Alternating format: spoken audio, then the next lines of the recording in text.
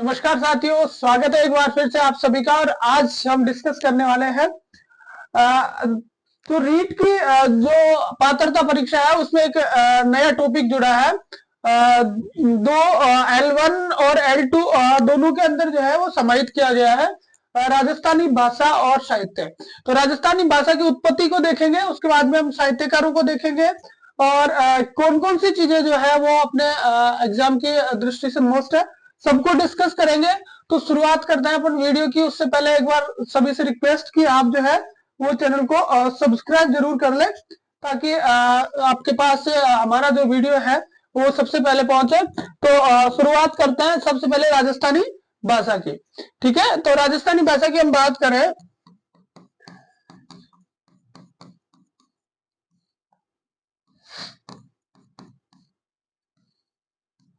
देखिए, पहले दो तीन चीजें सामान्य से फैक्ट हम देखते हैं कि सबसे पहले इसके उल्लेख की बात करें तो एक किताब अपने को मिलती है कूले माला।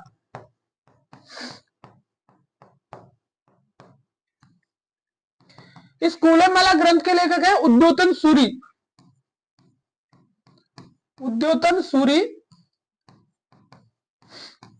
उद्योतन सूरी ने सबसे पहले 859 विक्रम संवत में जो है वो ये पुस्तक लिखी।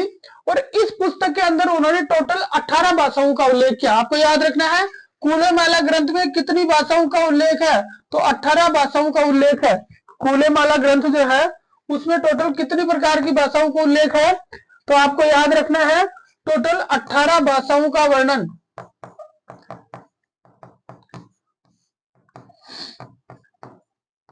ठीक है, 18 भाषाओं का उल्लेख है कूले माला ग्रंथ में। और इन 18 भाषाओं में से एक भाषा है जो अपने से रिलेटेड है, उसका नाम वहां पे दिया गया है इन 18 भाषाओं में से मरुवाणी।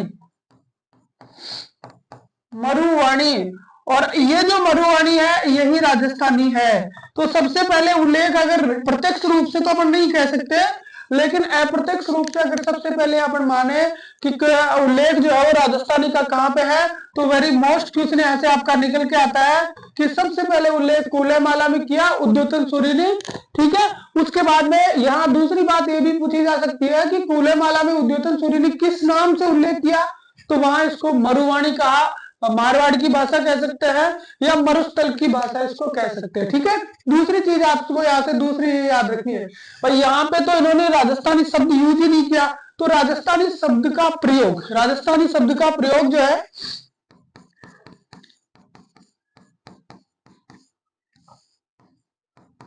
राजस्थानी शब्द का प्रयोग की अगर हम बात करें तो यहाँ पे आपको एक नाम याद रखना है, George Abraham Grayson.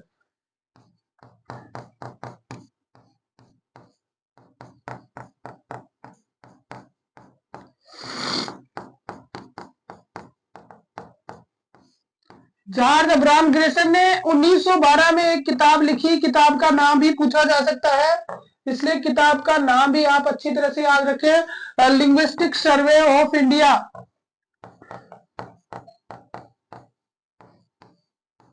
Linguistic survey of India ये पुस्तक लिखी। और इस पुस्तक के अंदर इन्होंने जो है पहली बार राजस्थानी शब्द का उल्लेख किया। राजस्थानी भाषा के लिए जॉर्ज इब्राहिम ग्रेसन जो थे, इन्होंने प्रथम बार जो है वो उल्लेख किया किस शब्द का, राजस्थानी शब्द का उल्लेख किसके द्वारा किया गया, जॉर्ज इब्राहिम ग्रेसन के द्वारा किया गया। तो दोनों फैक्ट आपको यहाँ पे याद रखने हैं। पहली चीज कि राजस्थानी भाषा के में मरुवाणी के रूप में उल्लेख उद्योतन सूरी ने कर दिया, और उसके बाद में जॉर्ज इब्राहिम ग्रेसन ने राजस्थानी शब्द का उल्लेख लिंग्विस्टिक सर्वे ऑफ इंडिया, दोनों किताबों के नाम याद रखें, लिंग्विस्टिक सर्वे ऑफ इंडिया, जिसका अगर हिंदी में नाम मिलता है तो भारतीय भाषा विषयक कोश, याद रखना है भारतीय भाषा विषयक कोश के अंदर इन्होंने इसका उल्लेख किया। ठीक है, ये तो होगी इसकी समझे बेसिक सी बात। अब देखते हैं इसकी उत्पत्ति। तो राजस्थानी भाषा की उत्पत्ति,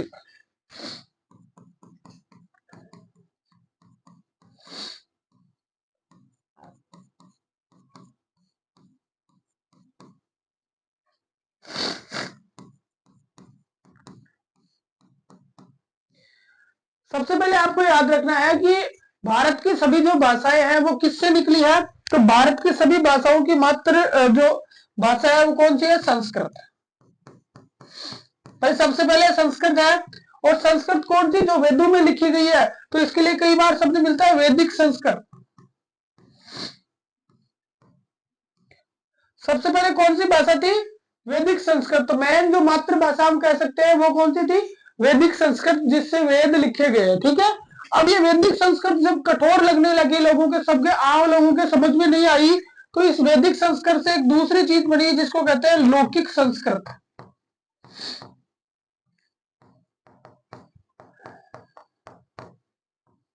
भाई संस्कृत का जो सरल रूप जो है वो आम जन में प्रचलित था, वो क्या हो गया, लौकिक संस्कृत। पहले वैदिक संस्कृत, फिर लौकिक संस्कृत। जब ये लौकिक संस्कृत भी समझ में नहीं आई, तो फिर आगे बढ़ी आपके पाली।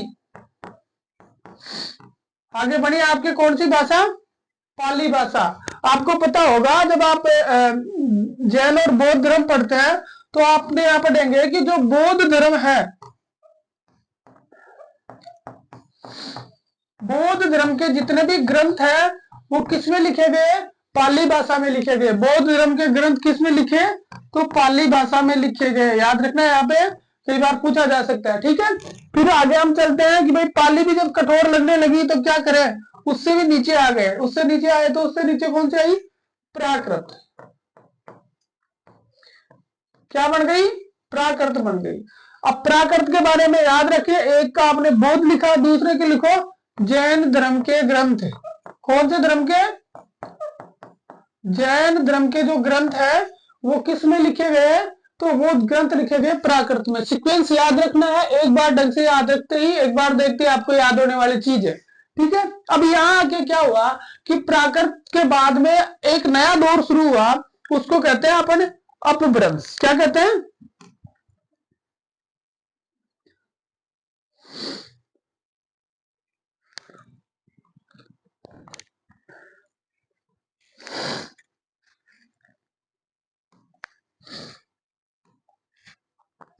यहां से निकला आपका अपभ्रंश। ठीक है, और ये जो अपभ्रंश का जो जन्म हुआ, ये अपभ्रंश यहाँ पे अपन जो है वो मेनली 3 प्रकार के अपभ्रंश को यहाँ पे देखेंगे। पहला शोर से नहीं अपभ्रंश। ठीक है, पहला कौन सा है, शोर से नहीं अपभ्रंश। दूसरा मरुगुजरी। ठीक है, और तीसरा है नागरी अपभ्रंश।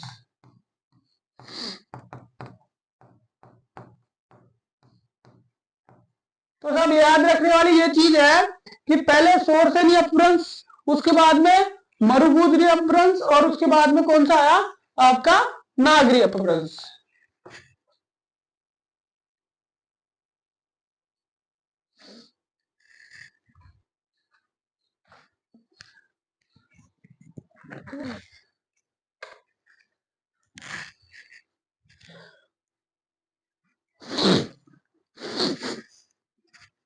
ठीक है, शोरसेनी, मरुगुजरी और उसके बाद में नागरी अपभ्रंश। आपका जो शोरसेनी अपभ्रंश था, इस शोरसेनी अपभ्रंश से हिंदी का उद्भव हुआ। अगर आप हिंदी पढ़ेंगे आगे और हिंदी में पूछ लिया जाए कि हिंदी का उद्भव कहां से हुआ, तो शोरसेनी अपभ्रंश से हुआ।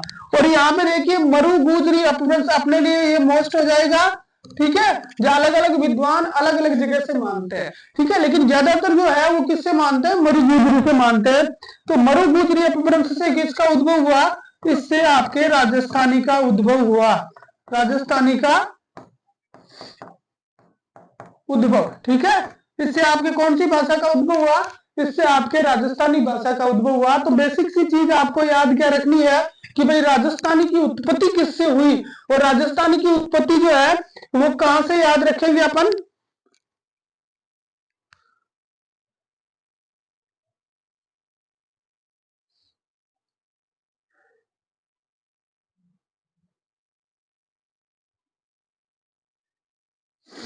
हाँ यहाँ से राजस्थानी की उत्पत्ति को याद रखेंगे अपन कहां से, अपन रखेंगे वैदिक संस्कृत से। सबसे पहले याद रखना है कि सबसे पहले क्या आई, वैदिक संस्कृत आई, जो जिनमें वेद लिखे गए। ठीक है, उस वैदिक संस्कृत से क्या बनी, लौकिक संस्कृत बनी, जो सामान्य लोग की भाषा थी। उसके बाद में पाली भाषा का जन्म हुआ, जिसमें बौद्ध धर्म के जो ग्रंथ हैं उनका लेखन किया गया। और उसके बाद में पाली से क्या आया, प्राकृत भाषा आई। और प्राकृत भाषा में कौन से ग्रंथ, धर्म के ग्रंथ लिखे गए, जैन लिखे गए। और उसके बाद में क्या हुआ कि अपभ्रंश का जन्म हुआ। और अपभ्रंश में मेनली हमने बात करी शोर से नहीं, तो शोर से नहीं अपभ्रंश से, तो किसकी उत्पत्ति हो गई, हिंदी की उत्पत्ति हो गई। और अपभ्रंश दूसरा कौन सा, मरु गुजरी। तो मरु गुजरी अपभ्रंश से जो है अपन किसकी उत्पत्ति मानेंगे, राजस्थानी की। तो आपके लिए मोस्ट चीज होगी कि राजस्थानी की उत्पत्ति कौन से अपभ्रंश से हुई, तो राजस्थानी की उत्पत्ति मरु गुजरी अपभ्रंश से हुई। ठीक है, तो ये हो गया राजस्थान की उत्पत्ति से संबंधित एक साधारण सा जो है वो चार्ट हो गया कि किस तरह से अपने को उत्पत्ति को याद रखना है। ठीक है, अब हम चलते हैं नेक्स्ट में, एक एक लेके इसको डिस्कस करेंगे कि इसमें क्या क्या चीजें जो है वो मैं ना, अब आप यहाँ से राजस्थानी की जो है इसमें दो शैलियां भी आप याद कर ले पहले।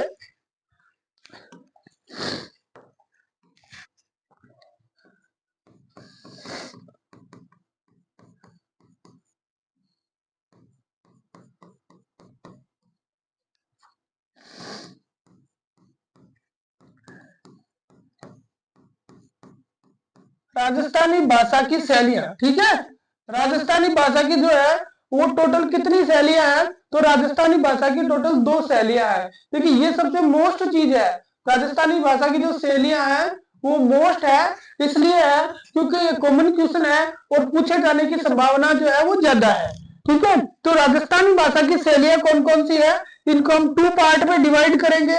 2 प्रकार की शैलियां हैं, एक है डिंगल शैली, याद आया कुछ, और दूसरी है पिंगल शैली।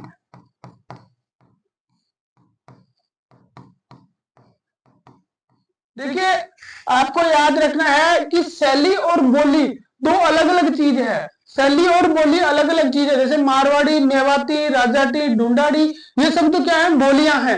लेकिन अगर ये पूछा जाए कि शैली कौन कौन सी है राजस्थानी की, तो राजस्थानी की भाई 2 ही शैली है, एक डिंगल शैली है और दूसरी कौन सी है, पिंगल शैली है। अब इन दोनों शैलियों की छोटी छोटी विशेषताएं हैं, इन दोनों शैलियों की छोटी छोटी जो विशेषताएं हैं, उन विशेषताओं को आप थोड़ा सा ध्यान रखोगे ना, तो आपका ये क्वेश्चन बिल्कुल, ये भाई ये बना रहा है तो किसका, राजस्थान का बन गया, किसका,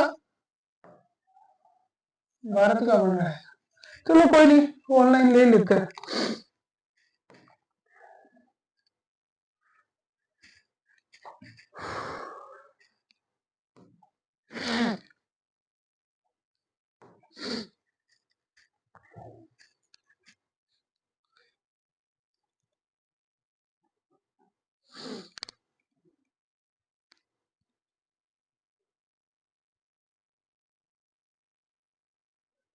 ठीक है, अब ये प्रश्न यह आता है कि डिंगल और टिंगल में क्या फर्क है, तो आपको याद रखना है कि जो अपना पश्चिमी राजस्थान है, यानी ये जो क्षेत्र है पूरा का पूरा, ये पूरा का पूरा पश्चिमी राजस्थान जिसको हम कहते हैं, ये पूरा जो क्षेत्र है वो डिंगल का क्षेत्र है। वो किसका क्षेत्र है, डिंगल का क्षेत्र है। और ये जो क्षेत्र है वो किसका क्षेत्र है, पिंगल का क्षेत्र है। याद रखना, डिंगल की जो शैली है वो किसकी है, तो भाई ये पश्चिमी राजस्थान की है। ये किसकी है, पश्चिमी राजस्थान की शैली है। पश्चिमी राजस्थान में जो है वो इसका प्रयोग किया गया। और पिंगल है, हालांकि ऐसी बात नहीं है कि ये सीमा रेखा बना दी, इधर भी इसका यूज किया गया लेकिन उतना नहीं। तो पश्चिमी राजस्थान की मेन शैली इसको मानेंगे। पिंगल को कहेंगे अपन पूर्वी राजस्थान की शैली है। ये कहाँ की है, पूर्वी राजस्थान की शैली। ठीक है, तो एक चीज तो इसमें दोनों में ये फर्क आपको याद रखना है। एक ये जो है पिंगल जो है उसमें आपको याद रखना है, डिंगल में राजस्थानी का साहित्यिक रूप, राजस्थानी का साहित्यिक रूप है। भाई जितना भी साहित्य रचा गया ना राजस्थानी में, वो अधिकतर ज्यादातर जो है वो किस में रचा गया, डिंगल में रचा गया। इसलिए डिंगल को कहते हैं राजस्थानी की साहित्यिक शैली। तो राजस्थानी का साहित्यिक रूप जो है वो कौन सी है, डिंगल शैली है। और राजस्थानी का जो साहित्य रचा वो किसने रचा, तो राजस्थान में ज्यादातर साहित्य रचा हमने, यानी चारणों ने। तो आप ये कह सकते हो भाई ये किसकी शैली है, तो ये चारणों की शैली है।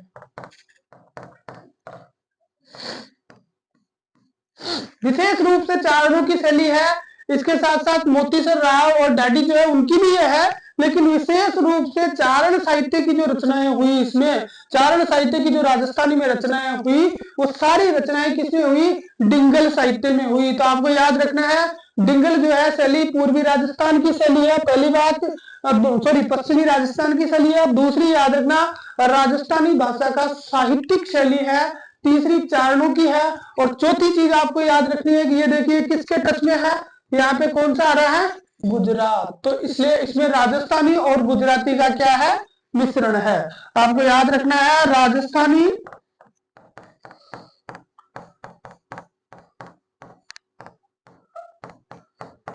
और गुजराती का मिश्रण, राजस्थानी और गुजराती का मिश्रण है। एक विशेषता इसकी और है, और वो क्या है कि वीर रस प्रधान है। जितने भी युद्ध संबंधित वर्णन किए गए, जितने भी वीर रसात्मक काव्य लिखे गए, वीर रसात्मक काव्य में अगर एक दो की अपन बात करें तो अपन यहाँ लिख सकते हैं वैली कृष्ण रुक्मणी री,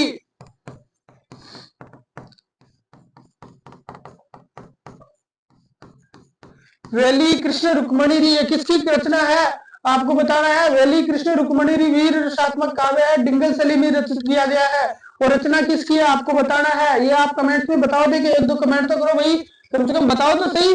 ठीक है, आपका नॉलेज कितना कहां तक पहुंच चुका है। तो आपको ध्यान रखना है, डिंगल शैली में हम पिंगल को भी पढ़ेंगे, डिंगल की बात कर रहे हैं हम, तो डिंगल शैली में याद रखना है कि डिंगल शैली पश्चिमी राजस्थान की शैली है, पहली चीज। राजस्थानी का साहित्यिक रूप है, दूसरी चीज। तीसरी चारणों की शैली है। और चौथी चीज है राजस्थानी और गुजराती का मिश्रण है। पांचवी मेन बात, वीर रसात्मक काव्य है, वीर रस प्रधान जो है ये शैली है। तो ये तो राजस्थानी की एक शैली हो गई, डिंगल शैली, याद रखें। ठीक है, सेकंड में चलते हैं, राजस्थानी की दूसरी शैली। और वो दूसरी शैली कौन सी है राजस्थानी की? पूर्वी, जिस राजस्थान की, यानी पिंगल शैली।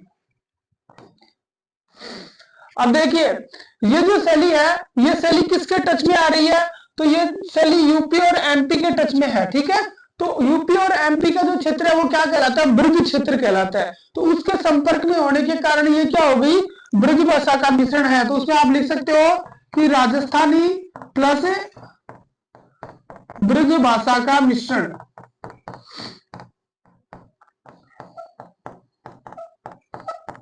राजस्थानी और ब्रज भाषा का मिश्रण जो है आपको इसके अंदर मिलता है। ठीक है, दूसरी चीज अगर हम बात करें, हमने यहाँ पढ़ा कि वीर रस प्रधान है, हमने पढ़ा वीर रस प्रधान है, तो आप इसको लिखो। देखो, वीर के अलावा दूसरा रस मेन कौन सा होता है? श्रृंगार। जो हिंदी के स्टूडेंट हैं वो अच्छी तरह जानते हैं वीर रस क्या होता है, श्रृंगार रस क्या होता है। ठीक है, संयोग श्रृंगार क्या होता है, वियोग श्रृंगार क्या होता है, विभत्स रस क्या होता है, सारी चीजों की जानकारी उनको विशेष रूप से है। वहां ये हमें डिफाइन नहीं करना है कि फर्स्ट ग्रेड नहीं पढ़ रहे हैं अपन, रीट पात्रता परीक्षा के लिए तो ये पढ़ रहे हैं। ठीक है, तो आपको ध्यान रखना है कि श्रृंगार रस से युक्त है, और ये किससे युक्त है? वीर रस से युक्त है। अभी इसमें किसका संपर्क है? ब्रज भाषा का है। ठीक है, तो आपको याद रखना है, यहाँ आपने क्या कि ये किसकी शैली है? तो ये चारणों की शैली थी, कौन सी? डिंगल। और यहाँ पे आपको पिंगल जो है तो वो आपको याद रखनी है। ये जो बाट जाती है तो बाटू की शैली है, किसकी? बाटू ने जो अपना काव्य रचा वो किस में रचा है? तो वो अपना काव्य इन्होंने रचा है किस में? पिंगल के अंदर रचा है। ठीक है, पिंगल में रचा है। और अगर आप ग्रंथ जैसे वैली कृष्ण रुक्मणी लिखी ना आपने, तो उसी तरह से आप जो है वो लिखना चाहो तो ग्रंथ का नाम यहाँ पे आप लिख सकते हो। ग्रंथ का नाम है पृथ्वीराज रासो, पृथ्वीराज रासो। ठीक है, चंद्रवरदाई की रचना पृथ्वीराज रासो। ठीक है, और किस किस शैली में है? तो वो पिंगल शैली में है। तो मुझे विश्वास है कि आपको राजस्थानी की शैलियां जो है वो समझ में पूरी तरह से आ गई होगी। एक बार देखोगे आपको समझ में आ जाएगी। नहीं आती है, ये सारे के सारे नोट्स जो है, इसके अलग से जो नोट्स बने हुए वो भी आपके डाल दिए जाएंगे टेलीग्राम चैनल पे। बस आपको क्या करना है, उस चैनल को ज्वाइन करना है। हमारा टेलीग्राम जो चैनल है उसको आप ज्वाइन कर लीजिए, नाम है द ड्रीम RAS ऑफिशियल। ठीक है, द ड्रीम RS ऑफिशियल, ठीक है। और इसके साथ साथ आप उसको टेलीग्राम पर ज्वाइन करें, वहां आपको पूरे नोट्स अवेलेबल हो जाएंगे। और इसके अलावा आपको जो है वो यूट्यूब पे द ड्रीम RS जो चैनल है अपना, उसको भी सब्सक्राइब करना है। और सब्सक्राइब करते हुए शेयर करते हुए आगे बढ़ना है। तो आगे अपन चलते हैं राजस्थानी भाषा में, ठीक है। आगे देखिए हम शॉर्ट में पढ़ेंगे इसको, तो पीपीटी के माध्यम से हम देखते हैं। हमने पहले पढ़ लिया है कि विक्रम संवत 835 यानी 913 ईस्वी में जो है उद्योतन सूरी ने एक किताब लिखी। किताब का नाम क्या था? तो पुस्तक का नाम हमने पढ़ा है कूले माला। उस किताब का नाम, पुस्तक का नाम क्या था? कूले माला था। और इस कूले माला ग्रंथ के अंदर जो है वो हमें किस चीज की जानकारी मिलती है? तो भाई इसमें मरु भाषा का वर्णन मिलता है। इसका किसका वर्णन मिलता है? मरु भाषा का वर्णन मिलता है। और इस मरु भाषा से ही किसकी उत्पत्ति मानी जाती है? किसको माना जाए? इसी को हम क्या कह सकते हैं? राजस्थानी कहते हैं। पीछे पढ़ चुके हैं, टाइम वेस्ट नहीं करेंगे, ठीक है। ये एक चीज होगी। सेकंड हम चले कि इसका शब्द राजस्थानी शब्द का सबसे पहले यूज, भाई राजस्थानी शब्द का सबसे पहले यूज किसने किया? हमने पहले देख लिया, हम रिवीजन तौर पे लेंगे उसको। तो जॉर्ज अब्राहम ग्रीशन, याद रखना है। मोस्ट नाम किसका नाम है? किसने किया? जॉर्ज अब्राहम ग्रीशन ने 1912 में किताब लिखी linguistic survey of India. Linguistic survey of India Hindi में कहते हैं भारतीय भाषा विषयक कोश।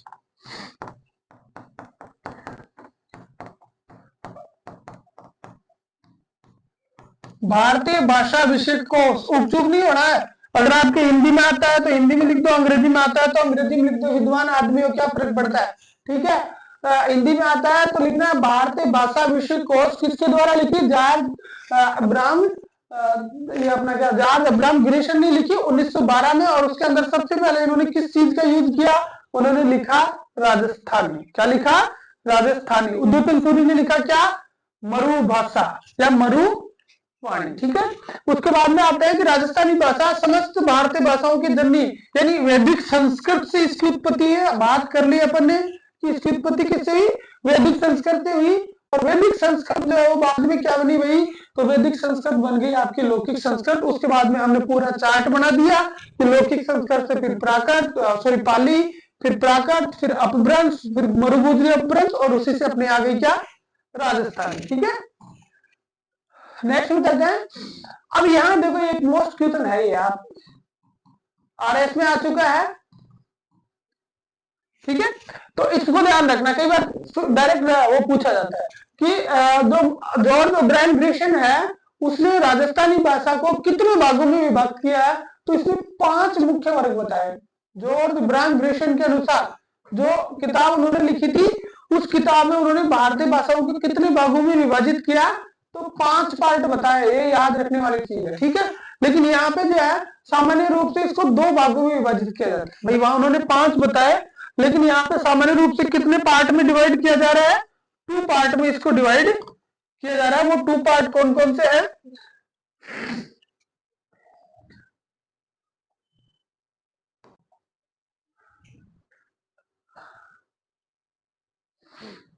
दो भागों में जो है वो इसको डिवाइड किया जा रहा है। पहली कौन सी? पश्चिमी राजस्थानी। पहली है आपकी पश्चिमी राजस्थानी। तो जो राजस्थान के जो पश्चिम वाली ये जो एरिया है, ये पूरा का पूरा ये किस में आ गया? पश्चिमी राजस्थानी वाली भाषा आ गई। अब इसके अंदर देखो कौन कौन सी हो गई? मारवाड़ी हो गई, क्योंकि पूरा का पूरा मारवाड़ कहलाता है। मेवाड़ी हो गई, उसके अलावा जैसे बागड़ी हो गई, शेखावाटी भी इसके अंतर्गत आ गई। तो आपको ध्यान रखना है मारवाड़ी, मेवाड़ी, बागड़ी और शेखावाटी ये किस में आती है? पश्चिमी राजस्थान की बोलियों में आती है। दूसरा है पूर्वी राजस्थान की बोलियां। तो पूर्वी राजस्थान में आ गया ये पूरा का पूरा क्षेत्र, पूरा पूर्वी राजस्थान आ गया, ठीक है। ठीक है, इसके अंदर आ गई आपकी ढूंढाड़ी, जयपुर के आसपास का क्षेत्र ढूंढाड़ कहलाता है, तो ढूंढाड़ी होगी। फिर हाड़ौती हो गई, फिर मेवाती हो गई, फिर अहिरवाटी हो गई, ठीक है, जिसको राठी भी बोलते हैं। ठीक है, तो हम आगे का डिस्कस करेंगे कि कौन कौन सी बोलियां किस किस क्षेत्र में बोली जाती है, क्या क्या रचनाएं उसमें हुई, वो सारी चीजें हम यहाँ पे डिस्कस करेंगे। तो आपको मेनली यही याद रखना है कि जॉर्ज इब्राहिम ग्रेसन जो है उन्होंने 2 प्रकार की बोलियां बताई है। पहली कौन सी बताई?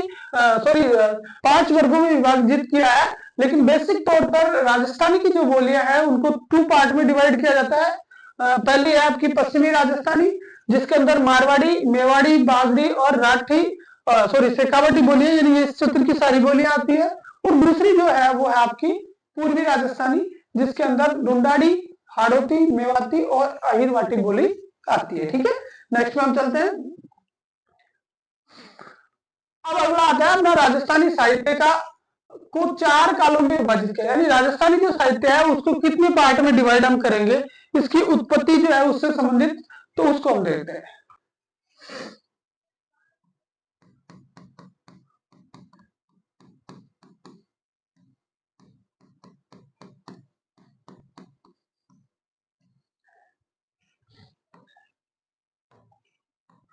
पहले तो देखिए, आपको ध्यान रखना है कि राजस्थानी जो है उसकी 11वीं शताब्दी में इसका प्रारंभ हो गया था। 11वीं शताब्दी में तो इसका क्या हुआ, प्रारंभ। यहाँ से क्वेश्चन आ सकता है कि राजस्थानी का प्रारंभ कब माना जाता है, तो लगभग 11वीं शताब्दी माना जाता है। 935 में उद्योतन सूर्य ने कोलेमाला लिखा, उसके अंदर उल्लेख है मरु भाषा का, लेकिन वो साहित्यिक नहीं थी। तो धीरे धीरे आगे बढ़े 11वीं शताब्दी के अंदर हम इसको मान सकते हैं। और दूसरी चीज आपको यहाँ से ये पूछी जाती है कि वास्तविक स्वरूप में कब आई, तो वास्तविक स्वरूप की अगर हम बात करें,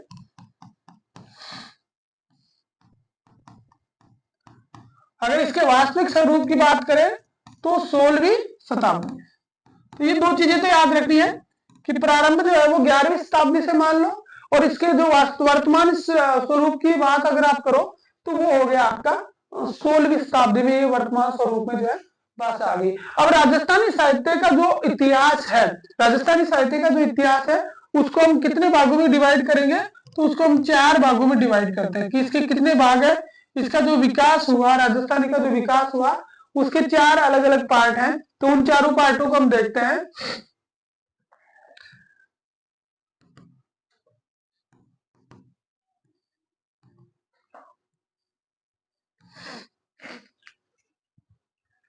सबसे पहला है आपका प्रारंभिक काल।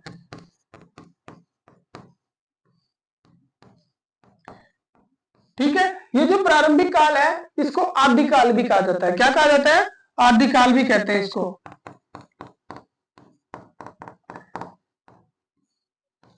ठीक है, उसके बाद में पूर्व मध्यकाल,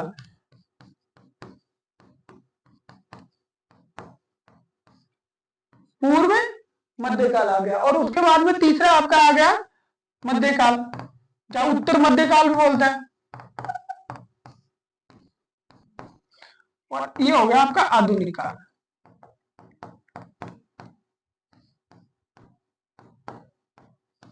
भाई 4 पार्ट हो गए। पहला है प्रारंभिक काल, जिसको आदिकाल कहते हैं।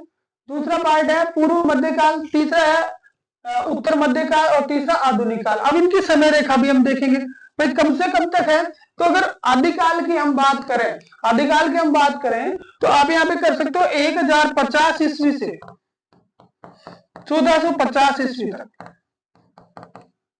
ये टाइम लाइन याद रखना, क्वेश्चन डायरेक्ट यहाँ से वो है आ सकता है, उठ सकता है कि भाई कब से कब तक आदिकाल था, कब से कब तक जो है वो पूर्व मध्यकाल था, कब से कब तक उत्तर मध्यकाल था। तो पूर्व मध्यकाल आदिकाल हो गया 1050 से 1450, 200 वर्ष के काल है। दूसरा है आपका 1450 से 1650 ईस्वी। तीसरा है आपका 1650 से 1850 ईस्वी। और चौथा जो काल है वो है 1850 से अब तक, जो वर्तमान में चल रहा है उसको वर्तमान काल हो गया, आधुनिक काल हो गया। ठीक है, तो देखिए 1050 से 1450, ये तो कौन सा हो गया, प्रारंभिक काल। कई जगह 1550 भी मिलता है, तो उसमें कोई ज्यादा कंफ्यूज होने की जरूरत नहीं है।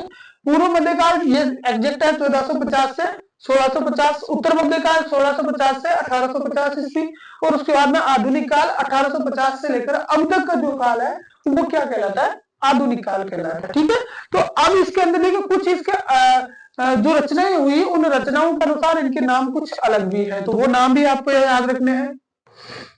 ये जो काल है प्रारंभिक स्टार्ट का जो समय है, इस समय क्या हुआ कि मुसलमानों के आक्रमण हो रहे थे और लोगों में वीरता की जो भावनाएं हैं वो चरम पे थी। तो जितने भी साहित्यकार हुए उन्होंने ऐसी चीजों की रचना करी जो जन सामान्य को में प्रचलन में हो, जो जन सामान्य को अच्छी लगे। भाई मैं यहाँ रीट की क्यों पढ़ा रहा हूं, क्योंकि रीट की परीक्षा है। अभी इस समय जो है वो पटवारी की नहीं पढ़ा सकता। क्यों नहीं पढ़ा सकता? क्योंकि पटवारी की परीक्षा इस समय नहीं है। ठीक है, तो वही था कि जो लोग देख रहे थे, जो लोग पसंद कर रहे थे, उस चीज के लिए साहित्यकारों ने उसी को देखा और उसी को आधार बना के उन्होंने रचनाएं की। तो उस समय चारों तरफ बोलबाला किसका था? वीरता का था। इसलिए वीर रसात्मक काव्य लिखे गए और इसी कारण ये जो समय था इसको क्या कहते हैं? वीर गाथा काल।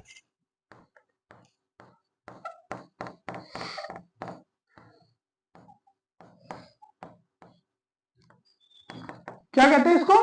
वीर गाथा काल। वीर रसात्मक काव्यों की रचना की गई, इसलिए ये वीर गाथा काल कहलाया। अब जैसे ही वीर गाथा काल निकला, 200 साल का समय हुआ, सारा संसार, पूरा जो एरिया था वो युद्ध से थक गया और थकते ही ये जो लोग हैं वो दूसरी तरफ आए और वो जो दूसरी तरफ का जो एरिया था वो शांति से भरा था, जहाँ साधु संतों ने अपने उपदेश दिए। उन्होंने कहा भाई थोड़ा रुक जाओ।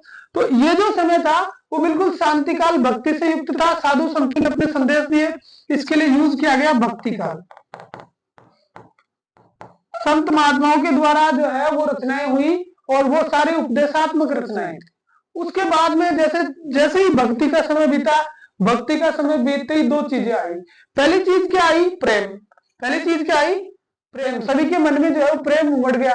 लगातार जो है वो सुन रहे थे कि भगवान ऐसे है, वो है, रही हुए है, तो उन सारी चीजों से दुखी हो गए। तो कुछ जीवन में जो है वो उन्होंने कुछ नया करने की सोची। तो उस समय जो है वो प्रेम जो है, जिसको हम रीति कहते हैं, ठीक है, प्रेम जो है वो जन सामान्य में प्रचलन में आ गया। ठीक है, तो ऐसे स्थिति में जो रचनाकार थे उन्होंने रीति पर रचनाएं रची और उसके साथ साथ कुछ लोग ऐसे थे जिन्होंने ये देखा कि प्रेम में अंधे होकर कुछ शासक पथभ्रष्ट हो रहे हैं।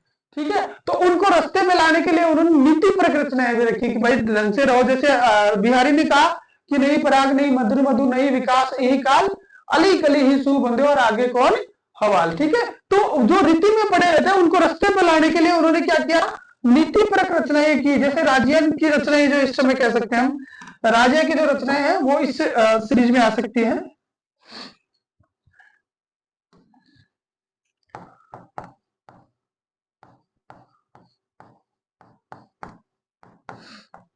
रीति और नीति का काल, इसको क्या कहते हैं? रीति और नीति का काल। और आधुनिक काल 1850 से अब तक, तो इसको कह सकते हैं विविध विषयों का काल। इसमें किसी एक विषय पर रचनाएं नहीं हुई, अलग अलग विषय पर रचनाएं हैं, तो विविध विषयगत काल।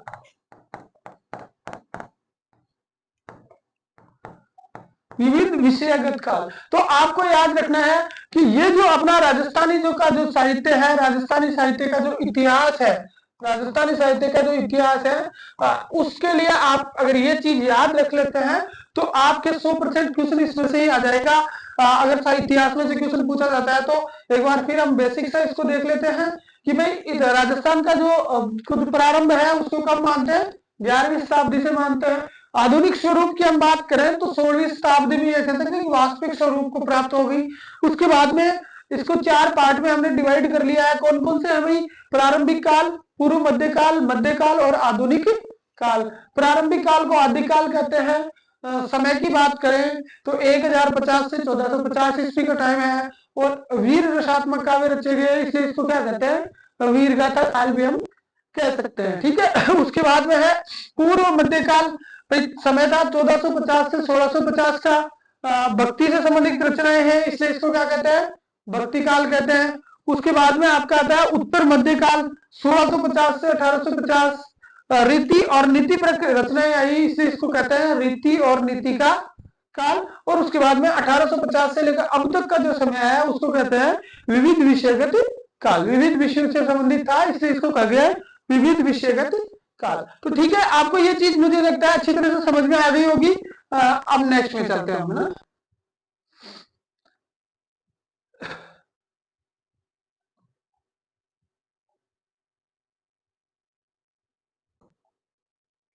अब देखो, जो हमने पीछे बात करी उसको हम शॉर्ट में रिवाइज कर लेते हैं कि सबसे पहले राजस्थानी साहित्य का जो काल है उसको कितने पार्ट में हमने डिवाइड किया? तो 4 भागों में हमने इसको बांटा है। ठीक है, पहला कौन सा है? प्राचीन काल, जिसको वीर गाथा काल भी आपने नाम दिया। समय की हमने बात की तो समय इसका था 1050 से लेकर 1450 ईस्वी, 1050 से लेकर 1450 ईस्वी का जो समय था वो इसके अंदर काउंट हुआ। रासों और रास साहित्य की रचना इसमें की गई। देखिए रासों जो साहित्य है वो वीर रसात्मक साहित्य था, जैसे पृथ्वीराज रासो,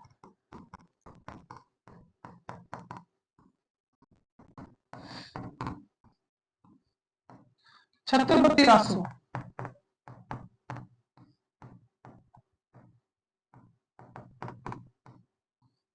ठीक है। तो पृथ्वीराज रासो की रचना किसके द्वारा की गई भाई? तो पृथ्वीराज रासो चंद्रप्रदायी के द्वारा की गई। किसके द्वारा की गई? चंद्रप्रदायी के द्वारा की गई। कई बार प्रश्न पूछ लिया जाता है कि पृथ्वीराज रासो में किसकी रचना, सॉरी पूरा किसने किया? तो इसका पुत्र था पृथ्वीराज का, सॉरी चंद्रप्रदायी का जलहण। आपको मैंने तराइन का युद्ध पढ़ाया है, तो ये भी पूछ लिया जाता है कि इसमें कौन से युद्ध का वर्णन है? तो भाई इसमें आपको कह सकते हो कि तराइन के दोनों युद्धों का वर्णन है।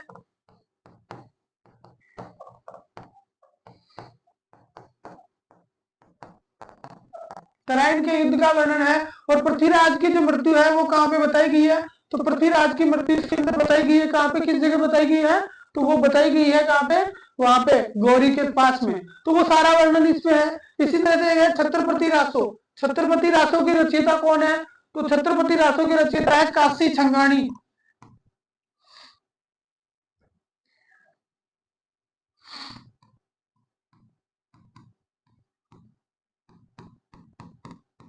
कवि काशी छंगाणी, ठीक है। ये जो काशी छंगाणी है, इन्होंने इसमें किस चीज का वर्णन किया है? तो आपको याद होना चाहिए कि एक बहुत ही महत्वपूर्ण युद्ध हुआ था जिसको कहते हैं मतीरे की राड़। मतीरे की राड़। अब ये किस किस के बीच में हुआ मतीरे की राड़? तो आपको याद रखना है 1644 में हुआ। और ये मुख्य रूप से कहां पे हुआ था? तो एक गांव था, सॉरी नागौर बीकानेर। तो नागौर और बीकानेर के बीच में ये युद्ध हुआ। उस समय नागौर का शासक था, वो महान प्रतापी शासक उस समय के थे नागौर में। नागौर के शासक थे अमर सिंह, और वहीं बीकानेर के भी कम नहीं थे, करण सिंह, ठीक है। तो इन दोनों के बीच में मतीरे की राड़ हुई। और राड़ किस गांव के विवाद को लेके हुई? तो गांव का नाम आप याद रख सकते हो, जाखड़िया। जाखड़िया गांव, जाखड़िया गांव को लेकर जो है वो विवाद इसमें हुआ था। आपको शॉर्ट में हम बात करें तो देखिए ये जो जाखड़िया गांव था ना, इस गांव की सीमा जो है वो बिल्कुल नागौर और इससे मिलती थी, दोनों से, नागौर और बीकानेर के बॉर्डर पे ये गांव था। तो इन्होंने क्या किया कि नागौर वालों ने यहाँ पर एक मतीरे की बेल बोई। ये बेल को पानी किसने सींचा? नागौर वालों ने सींचा। संजोग से ये बेल यहाँ उगी और उग के घूमती घूमती घूमती घूमती कहां चली गई? बीकानेर के की जो सीमा थी उसमें चली गई। अब वो आपने रिफ्यूजी फिल्म का गाना सुना होगा ना, पंछी नदियां पवन के झोंके, कोई सरहद ना ही नहीं रोके। तो भाई ये तो प्राकृतिक चीजें, इनको तो कोई रोकने वाला था ही नहीं। अब लड़ाई कहां हुई कि यहाँ पे एक मतीरा लग गया, यहाँ पे लग गया है कि मतीरा, ठीक है। कहां पे? बीकानेर में। और लड़ाई इस बात पे हो गई, इन्होंने कहा भाई हम क्या करें,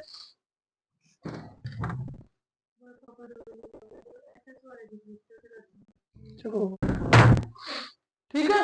तो इन्होंने कहा भाई ये मतीरा कौन खाएगा? तो बीकानेर वालों ने कहा हम खाएंगे, और इन्होंने कहा हम खाएंगे, ठीक है। तो दोनों के बीच में आपस में क्या हो गया? विवाद हो गया। और बस इसी विवाद को लेकर जो है वो लड़ाई हो गई। लास्ट में इसमें विजय हुई किसकी? अमर सिंह जो है वो इसमें जीते।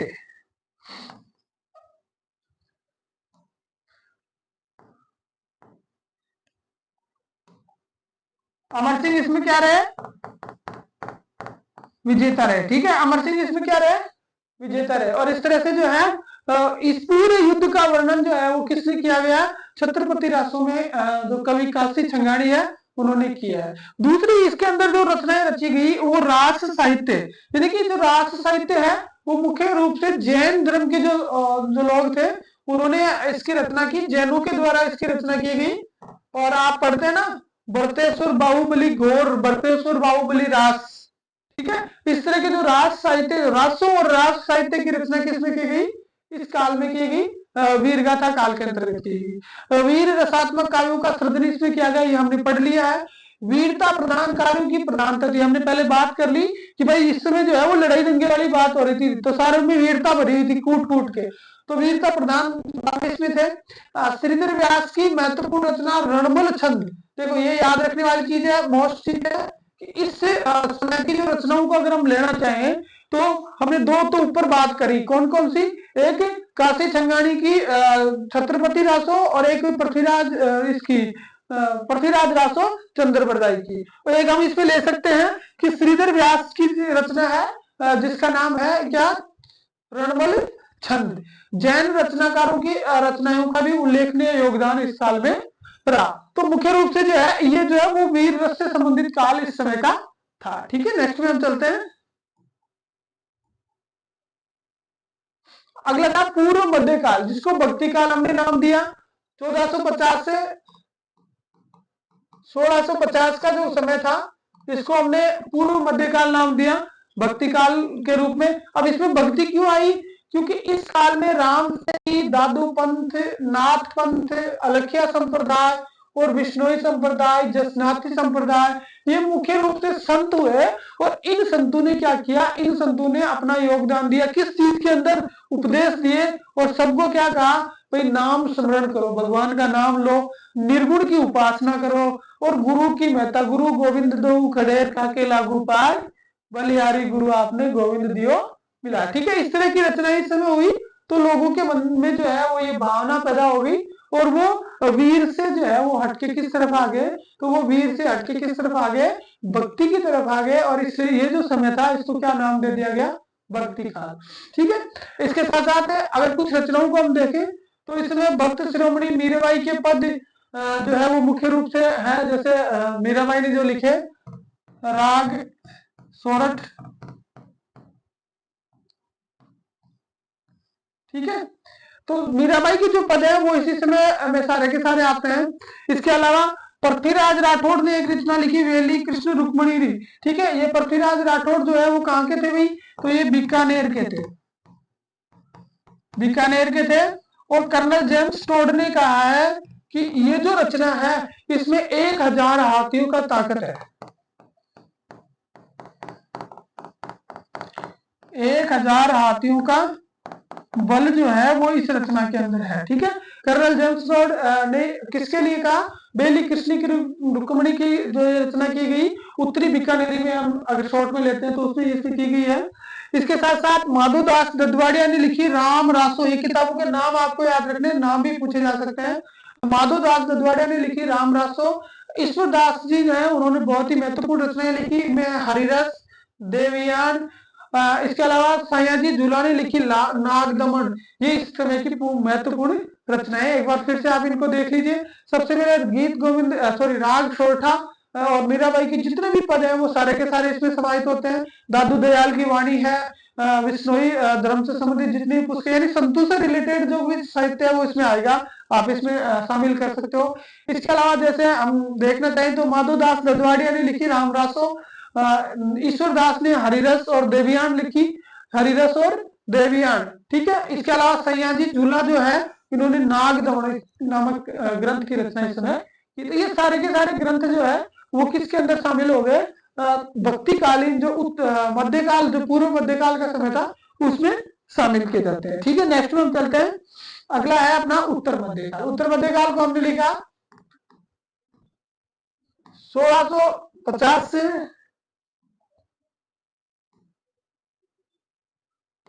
1650 से लेकर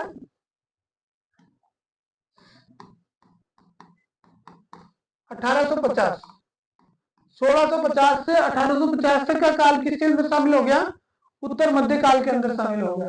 तो मैंने आपको बताया था कि भक्ति से लोग जो है वो प्रेम और नीति की तरफ आ गए, तो श्रृंगार रस से परिपूर्ण रचनाएं इस समय हुई, और नीति रस जो है परक रचनाएं भी इस समय हुई। राजनीतिक दृष्टि से अपेक्षाकृत शांति का काल था, यानी ज्यादा कोई उथल पुथल वाली चीज नहीं थी, लोग आनंद मग्न और शोक में शोक मोह से जीवन यापन कर रहे थे। इस काल में श्रृंगार रीति तथा नीति से संबंधित रचनाएं प्रस्तुत की गई। मैंने आपको बताया कि इस समय जो है वो कुछ रचनाएं प्रेम से युक्त थी, तो कुछ रचनाएं जो है नीति परक थी, जैसे रजिया के शोर थे। ठीक है, इसमें आप लिख सकते हो कवि मंछाराम का रघुनाथ रूपक, नाम याद रखने वाला है। रघुनाथ रूपक की रचना किसने की? तो कवि मंछाराम। रघुनाथ रूपक किसकी रचना है? कवि मंछाराम की। तथा संबोधन परक नीति कारकों में राजियारा सोरठा, चक्रियारा सोरठा, बहरियारा सोरठा और मोतियारा सोरठा जो है मुख्य रूप से रचनाएं की गई। संबोधित यानी किसी को संबोधित करके जो है ये रचनाएं की गई और उनको समझाया गया कि तुम जिस रास्ते पे चल रहे हो ना वो रास्ता गलत है, सही नहीं है। तो आपको एक बार फिर से देखना है कौन कौन सी रचनाएं। कवि मंछाराम का था रघुनाथ रूपक, जो श्रृंगार रस से रिलेटेड पुस्तक थी। इसके अलावा लोगों को संबोधित करते हुए राजियारा सोरठा, चक्रियारा सोरठा, बहरियारा सोरठा और मोतियारा सोरठा, इस तरह की सोरठों की रचना की, छोटे छोटे दोहों की रचना की गई, जिनके माध्यम से लोगों को नीतिगत जानकारियां प्रदान की गई। ठीक है, नेक्स्ट में हम चलते हैं। अगला है आधुनिक काल। अब उसके बाद में आधुनिक काल आ गया, यानी 18वीं शताब्दी, 1850 के बाद का काल।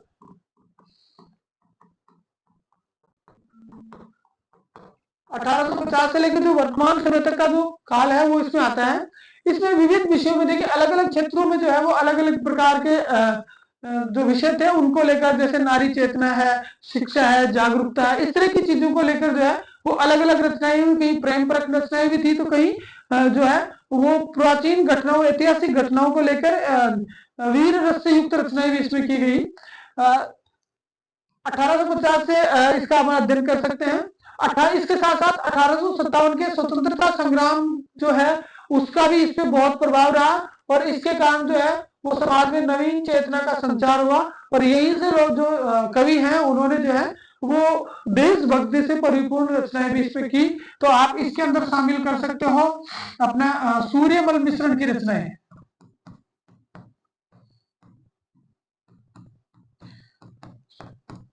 सूर्यमल मिश्रण की रचनाएं जो है वो इसके अंदर शामिल की जा सकती है। इसके साथ साथ बांकीदास की रचनाएं इसके अंदर शामिल की जा सकती है। बांकीदास ने लिखा था आयो अंग्रेज मुल्क रे ऊपर, आयो अंग्रेज मुल्क रे ऊपर नाम से उन्होंने एक गीत लिखा था, बहुत ही महत्वपूर्ण रहा था। ठीक है, और इसी तरह सूर्यमल मिश्र ने भी बड़ी ही महत्वपूर्ण 1857 क्रांति में योगदान देते ऐसी वीर रस से युक्त रचनाएं इन्होंने लिखी थी कि इलान देनी अपनी हालरियो हुलराय, पूत सिकावे पालने मरण बढ़ाई माए, सैनी सबरी हो सकी और दो उल्टी दाए, दूध ल जाने पूत सम और वलय न जाने ना है। तो इस तरह की रचनाएं जो है उस समय पे कवि सूर्यमल मिश्र ने की। इसके साथ साथ कवि बांकीदास ने भी इस तरह की रचनाएं की। आप इसमें केसरी सिंह भारत,